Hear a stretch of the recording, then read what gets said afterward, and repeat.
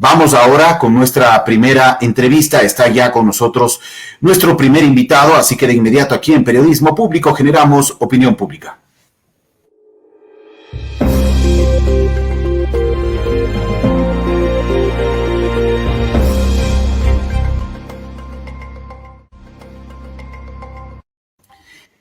(19:37). Saludos cordiales a Marcelo Espinel, director del Observatorio Legislativo. Marcelo, buenas noches. Gracias por estar con nosotros aquí en Periodismo Público. Hola Fabricio, siempre un gusto poder saludarte y un cordial y atento saludo a tu distinguida audiencia. Muchas gracias, Marcelo. Siempre bienvenido también. Bueno, empecemos a conversar sobre el tema que nos convoca en esta noche. ¿Qué está ocurriendo en la Asamblea Nacional? Hemos visto que no han pasado ni 4 meses en que asumieron funciones los nuevos asambleístas y ya este nuevo periodo legislativo, porque sigue siendo nuevo, está marcado y está manchado por algunos posibles actos de corrupción. ¿Qué está ocurriendo en la Asamblea? Pues sí, como tú bien dices, en 4 meses de gestión son más los escándalos que las leyes aprobadas. Se han registrado un total de al menos 8 escándalos por supuestos casos de corrupción dentro de la Asamblea Nacional, frente a 5 leyes aprobadas, 21 resoluciones y 2 juicios políticos. Desafortunadamente estamos nuevamente frente a una Asamblea Nacional que se caracteriza más por el escándalo, por la desconfianza que nos genera a los ciudadanos, que por un verdadero sentido de país. Pero también yo creo que hay que hacer aquí de forma responsable una puntualización, Fabricio, que es cierto que hay 8 asambleístas que han estado involucrados en supuestos casos de corrupción, en falencias administrativas. Sin embargo, existen 129 asambleístas que podrían estar haciendo bien las cosas, pero desafortunadamente en los cuerpos colegiados es como una caja de manzanas. Si hay una manzana podrida, termina contaminando al resto.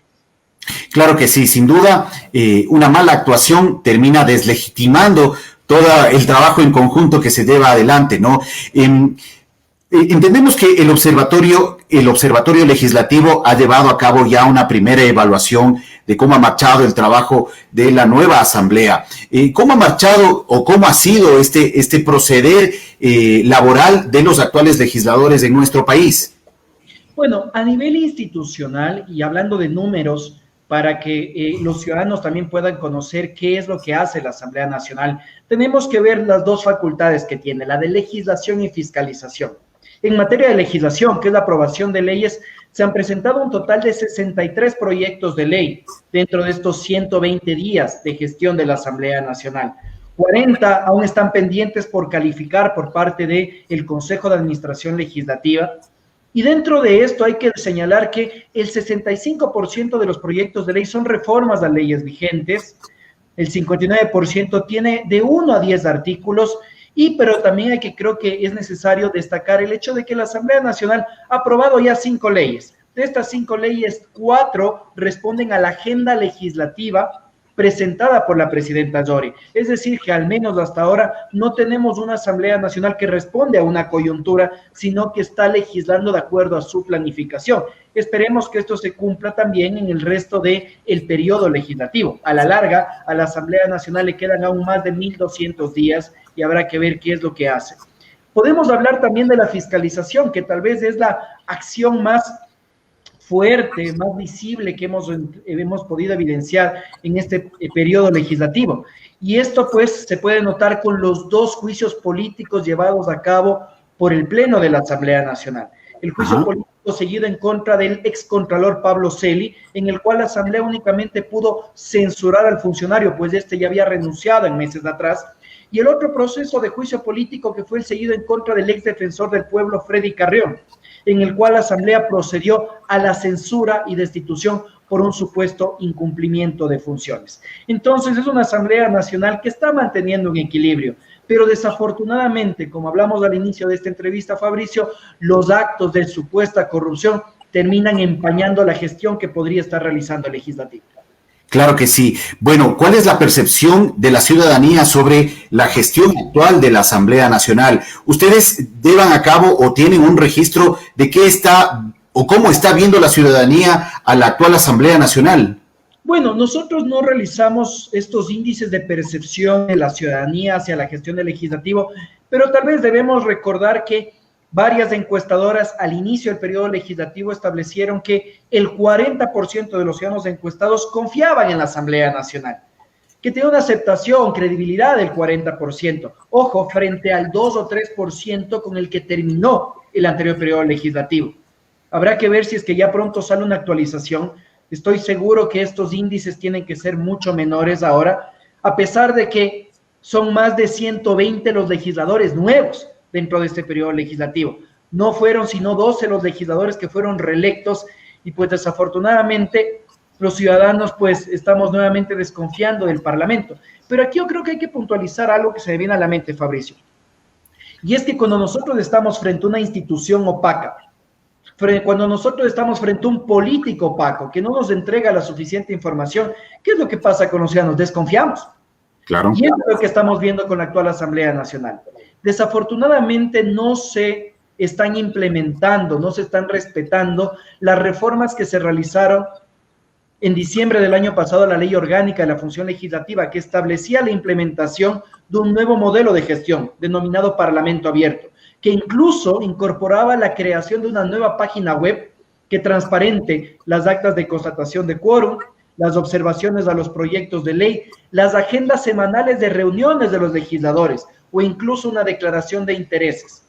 Si es que esta información no se transparenta, ¿cómo los ciudadanos vamos a confiar en el legislativo? Pero ojo, Fabricio, esto no era obligación de los asambleístas únicamente, sino del Consejo de Administración Legislativa, de la Presidenta de la Asamblea Nacional, de la Secretaría General y del Departamento de Tecnologías, de elaborar los formatos y disponer los sitios en la página web de forma específica para que se publique la información. Entonces, ¿cómo la presidenta Zori pretende que los ciudadanos confiemos en la Asamblea Nacional si ella ni siquiera es capaz de lograr que se cumpla con su propia ley?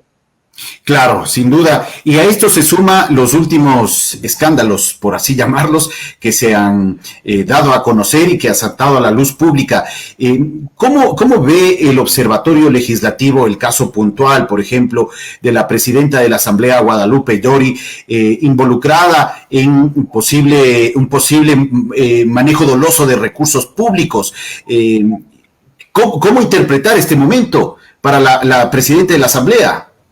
Bueno, aquí también creo que hay que recordar, Fabricio, que esto no es algo reciente. Desde el inicio del periodo legislativo, desde el inicio de la presidenta en funciones, Guadalupe Zori, ya habían cuestionamientos al respecto de un supuesto intento de compra de vehículos de alta gama, del gasto de $15,000 en un evento realizado en la provincia de Orellana, cuando yo no entiendo qué tiene que hacer la Asamblea Nacional financiando eventos en otras provincias que no sean relacionados a las actividades de legislación y fiscalización.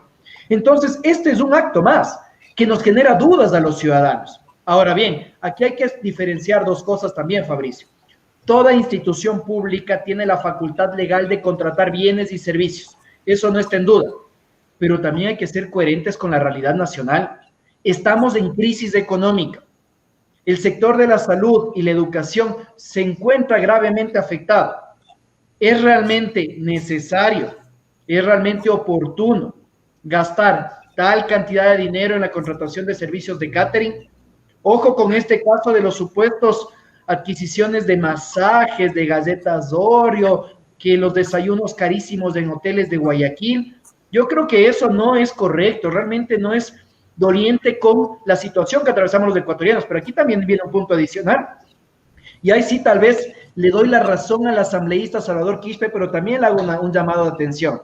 La razón en el sentido de que otras funciones del Estado también podrían estar realizando este tipo de gastos, por supuesto. No solo el Ejecutivo, también la función judicial, los gobiernos autónomos descentralizados, alcaldías, prefecturas, empresas públicas. Pero ojo, asambleísta Quispe, usted tiene la facultad de fiscalizar y en lugar de estar mandando tweets, envíe requerimientos de información a las otras entidades del Estado o haga lo que podemos hacer los periodistas y los ciudadanos. Métase en el portal de transparencia de cualquier institución pública y verifique cuáles son los contratos que se están celebrando y pues inicie las acciones correspondientes. Bueno, esta situación que está atravesando actualmente la presidenta de la Asamblea ya ha motivado desde ciertos sectores a que hayan pedidos de que dé un paso al costado, de que renuncie al cargo debido a esta presentación de estos posibles actos de corrupción, pero no ha sido la única. También a Bella Jiménez, segunda vicepresidenta de la Asamblea Nacional, se ha emitido un exhorto por parte del Pleno Legislativo también para que dé un paso al costado en su cargo, en ese cargo, frente a las denuncias también que a ella salpican de posibles actos de corrupción. ¿Qué debería pasar en la Asamblea Nacional? Yo creo que hay que separar aquí igual los exhortos que pueda hacer el legislativo para que Bella Jiménez dé un paso al costado o que la asambleísta Dory dé un paso al costado. Ojo, no de su calidad de asambleístas, sino de los cargos que ellas ostentan, entiéndase, dentro del Consejo de Administración Legislativa. Los asambleístas están en todo el derecho de sugerir, de exhortar esto, y eso quedará en decisión de cada una de las legisladoras si quieren acogerse o no. Sin embargo, aquí yo creo que hay una diferencia sustancial en el caso de Bella Jiménez. Actualmente se está llevando un proceso de investigación en el Comité de Ética de la Asamblea Nacional y a partir de este proceso de investigación, el Comité de Ética sugerirá al Pleno de la Asamblea Nacional la destitución o no de la legisladora. Y eso yo creo que debe seguir avanzando. Hay plazos establecidos en la ley que tienen que cumplirse y el Pleno tomará una decisión. Al respecto de la asambleísta Dory, la situación es un poco más complicada, porque las actuaciones que hemos escuchado en los últimos días no se enmarcarían en un proceso de destitución, de posible destitución de la asambleísta Dory. Podría hablarse de una falta leve, que es lesionar la imagen de la Asamblea Nacional, pero la misma ley orgánica establece que en el caso de que un asambleísta se vea, pues, inmerso en esta causal de sanción leve, debe presentar la denuncia frente a la presidenta de la Asamblea Nacional. Entonces, aquí yo no creo que la ley nos permita que se autopresente la denuncia, más allá de que se podría encontrar una interpretación adecuada para que exista una autoridad independiente que determine esta sanción.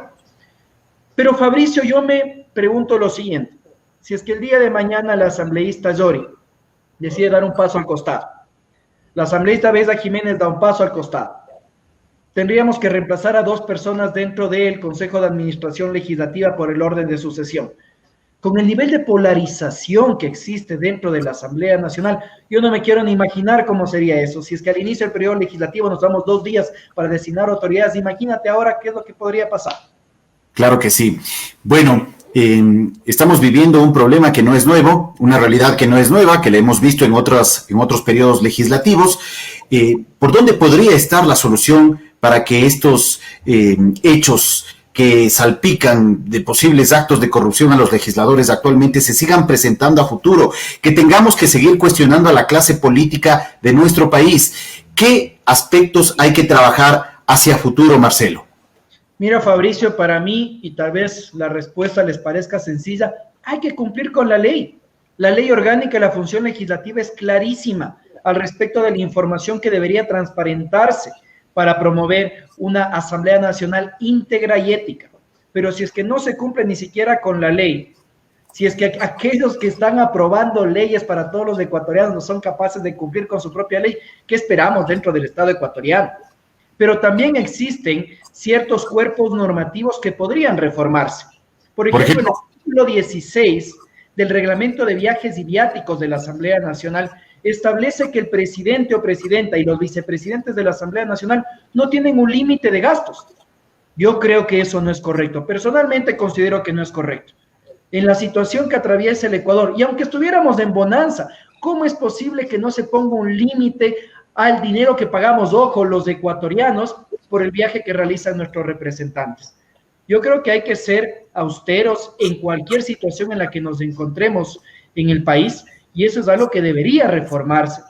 En ese sentido también, y ese es el llamado de atención que yo he tratado de realizar, Fabricio, y es que la información a la que accede el periodista Marlon Puertas y que publica todo lo sucedido no es información privilegiada. Cualquier medio de comunicación, periodista o ciudadano puede encontrarle en los portales de transparencia. Entonces, también con nosotros como ciudadanos démonos cuenta que la participación en democracia no se puede limitar a escoger a nuestras autoridades cada 4 años. Tenemos el derecho a ejercer el control social. A la larga, si es que los políticos mañosos se dan cuenta que existimos ciudadanos y periodistas comprometidos en que se hagan bien las cosas, estoy seguro que van a tratar de cuidarse. Porque eso de que si roben bien, no tiene que ser permitido, pero nosotros como ciudadanos también tenemos que tratar de impedirlo, ¿no? Claro que sí. Ejercer un trabajo de control social efectivo realmente sobre nuestras autoridades. Y en esa medida nosotros podemos aportar muchísimo. Marcelo, hablemos sobre este relacionamiento del legislativo actualmente con el ejecutivo.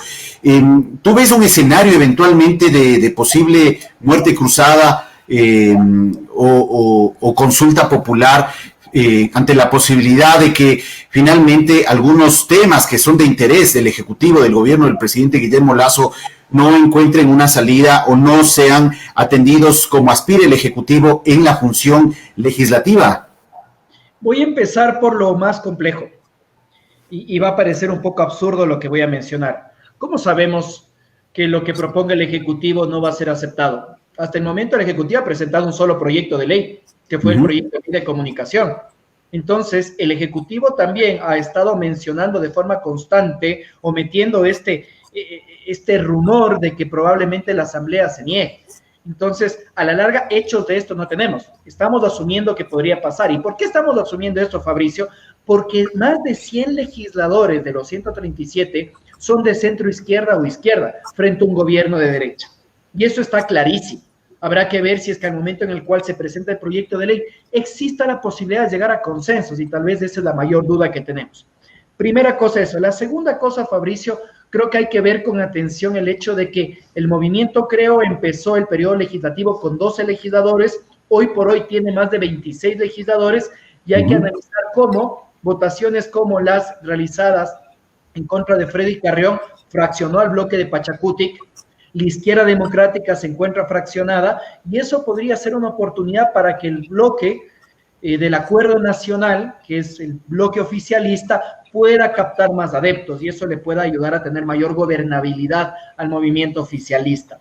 Y en tercer lugar, lo que tú correctamente planteas, muerte cruzada o consulta popular. Yo, a título personal, no hablo institucional, creo que la muerte cruzada no es una salida.